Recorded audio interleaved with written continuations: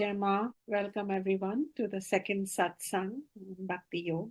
I have been introducing Ishwara as cosmic consciousness, and in its essence, the divine in the Vedas is an abstract concept, inconceivable, achintaniya is the Sanskrit word, by the human mind.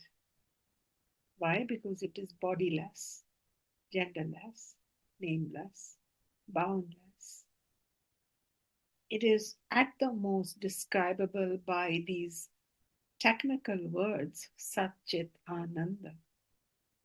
Sat is pure existence. All other existences come and go, but this is the unchanging essence of existence, Sat.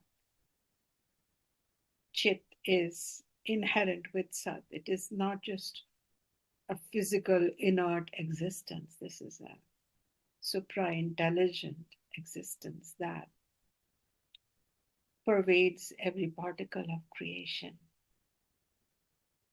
And this intelligent consciousness is blissful, hence the word Ananda. Every particle and every being contains Satchit Ananda, this divine consciousness, except that if I say to you that Ishwara dwells within you, it's an interesting aha moment, and yet you don't really feel it. You don't feel it. Instead, you experience the body aches, pains, tiredness, etc., or the fluctuations of thought waves in the mind. The reason for that is that hypothetically, yes, Ishwara is within us, but it is covered up with the sediments of the material illusion. So you can say that, yes, this Ishwara is dwelling even in the core of the deepest, darkest criminal, hence we have hope. Yes, this Ishwara is dwelling even in those places which are scarred by time or crime or war. Although it's hard to experience it, but hypothetically, can we negate Ishwara from even those places? No. Ishwara is supreme, except that when, due to Ishwara's Shakti, power, things and beings do come into manifestation, there is, to that degree, a separation from the original essence. Hence, the path of yogas, Bhakti Yoga, Karma Yoga, Upasana Yoga, Jnana Yoga, these yogas are then literally tools of inquiry, tools of separating out those aspects of ourselves which are from Ishwara, of Ishwara, yet they do not reflect Ishwara as much as when our being, our mind is purified either through devotional love, which is Bhakti Yoga, or through selfless service to the universe, which is Karma Yoga, or through certain rituals and practices, which is Upasana Yoga, or through the contemplation of knowledge of the oneness of the self with Ishvara. Either way, through these different pathways, what was originally merely a concept, an intellectual idea introduced by a teacher from the Vedic tradition, can then become your living reality. And when it becomes your living reality, then you have achieved, quote unquote, yoga, the state of union of the individual consciousness or individual awareness with the all-pervading, omniscient, omnipotent consciousness. Needless to say that this is a supremely enviable state. Needless to say that the Indian tradition, the Vedic Indian tradition, has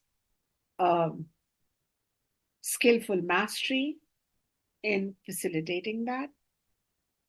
And I'm falling in love with the word needless, but I'm going to repeat it once again to say, needless to say, if you start on this journey and you're sincere enough, even one moment, one day of being sincere in this journey of yoga will ensure that whichever next story, next lifetime you find yourself in, you come into an encounter with a teacher and with us from a similar tradition, continuing this journey again from where you left off. It may not happen on day one because your brain and mind is not fully developed.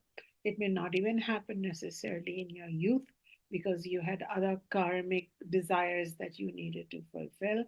But at the right cosmic timing, this journey shall begin. So if some of the teachings that I am providing feel vaguely familiar, feel like you're coming home to something, feel like they are an underlining, under they are pointing to an underpinning within you.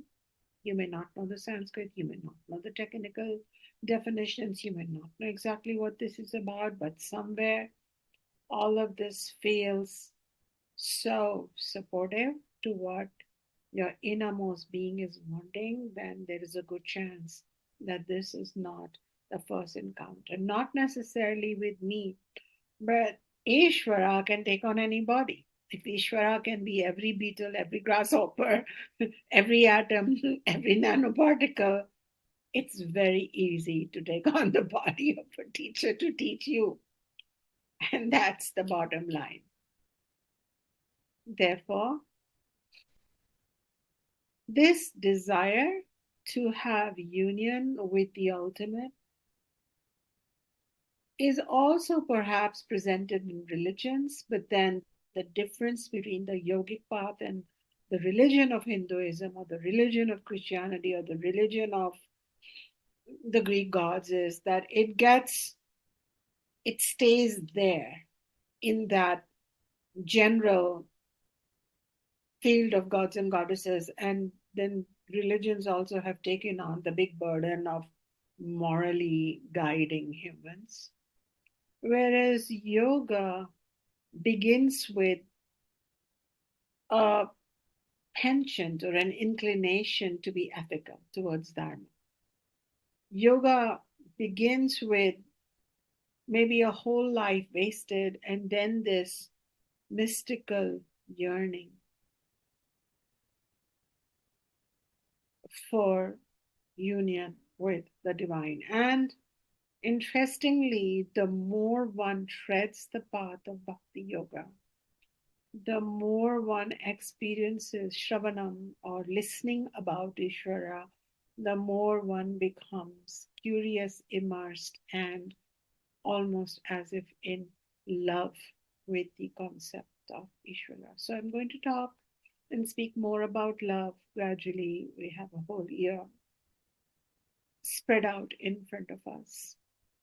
However, in this satsang, I would like to continue talking about deities and also introduce the concept of avatars of Ishwara. So, we discussed last time that cosmic consciousness can sometimes, not sometimes, does come to us through its special symbols. It is an all pervading, omnipotent, all pervading, omniscient consciousness, but in some specific locations, like in this river or that specific mountain, like the Ganges River, amongst all the rivers in India, is considered a very high propensity Ishwara river. The Sarayu River that I keep talking about in Ayodhya is considered divine incarnate. All rivers are respected as bearers of divine consciousness, but some rivers more than others, some mountains more than others.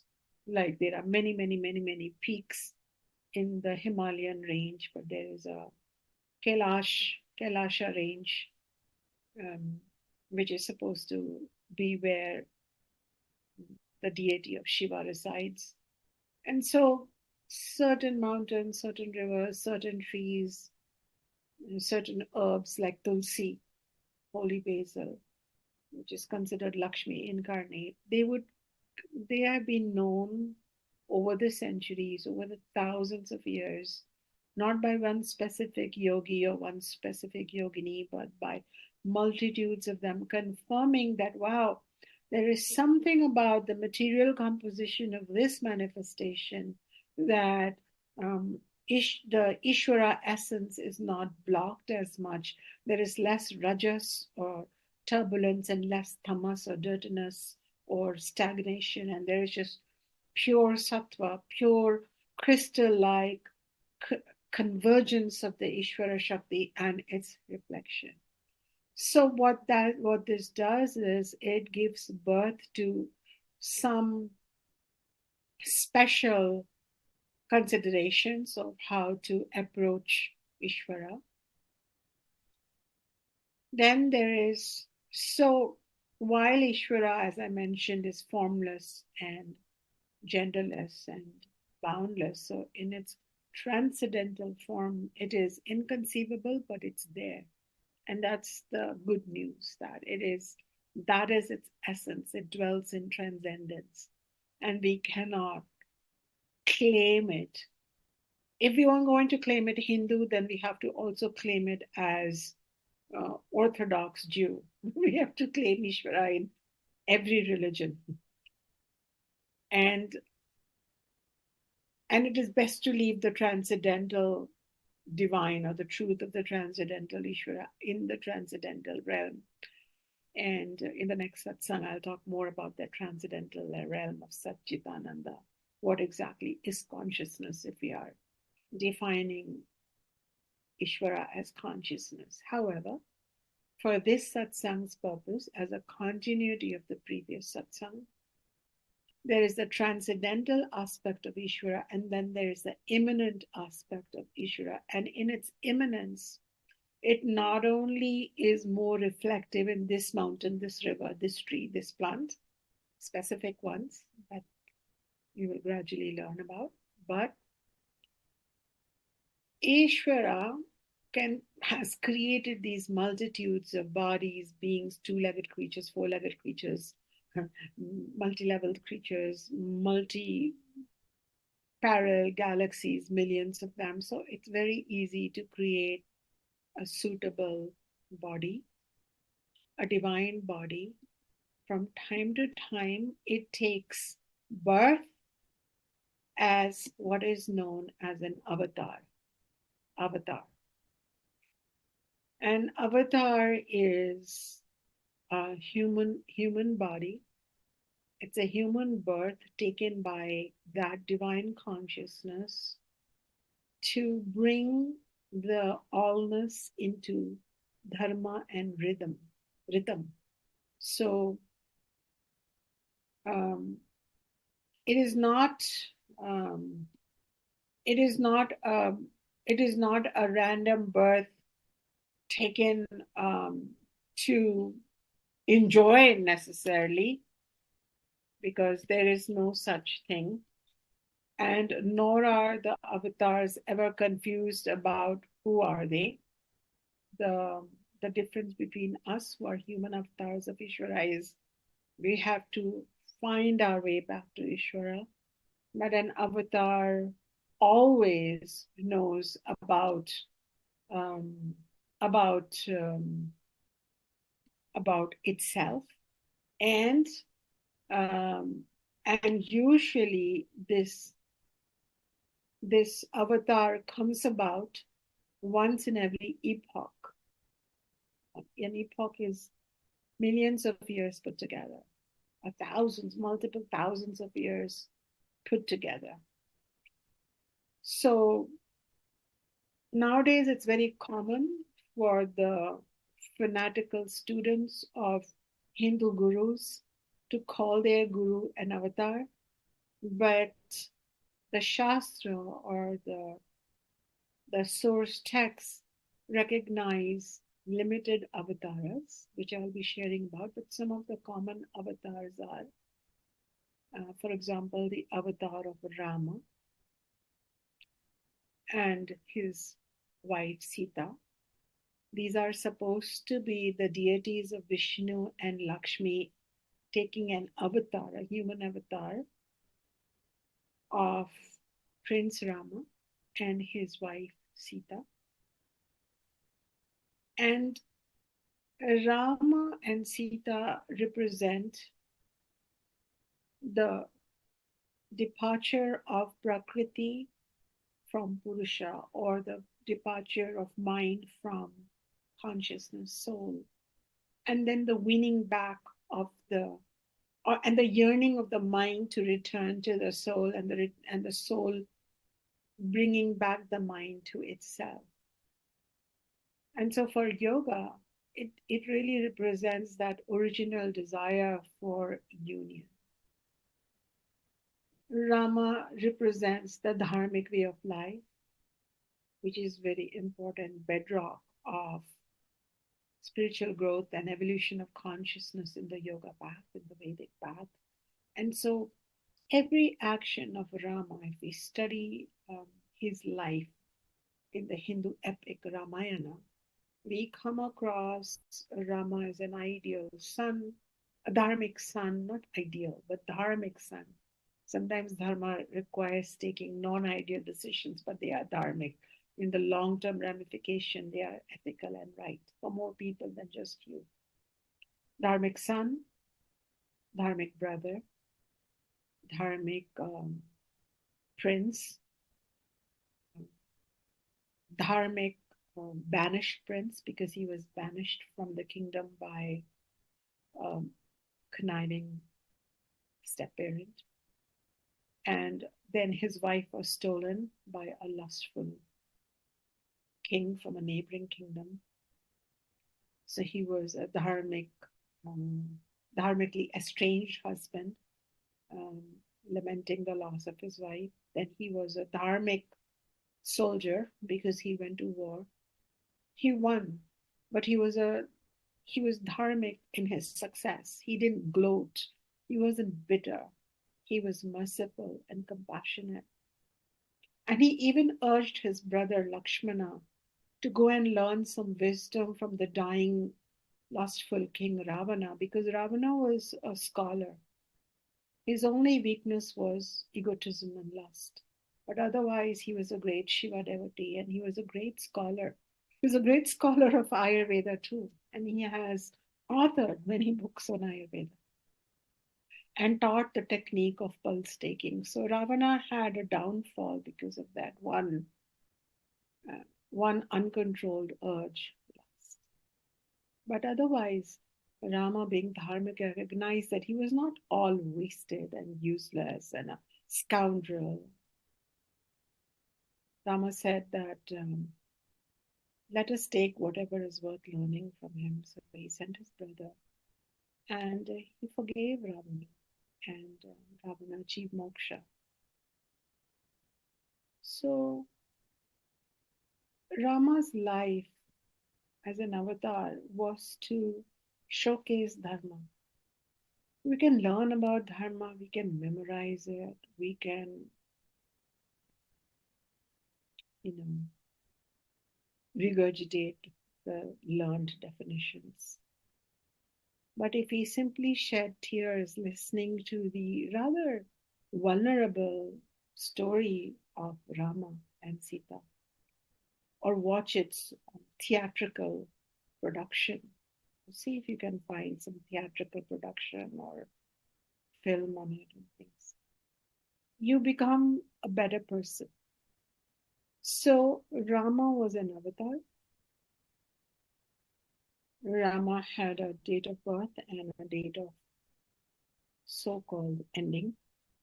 But there was no lamentation, there was a recognition, because in their lifetime it was very clear that this is not just an ordinary human being. This is something incarnate, something.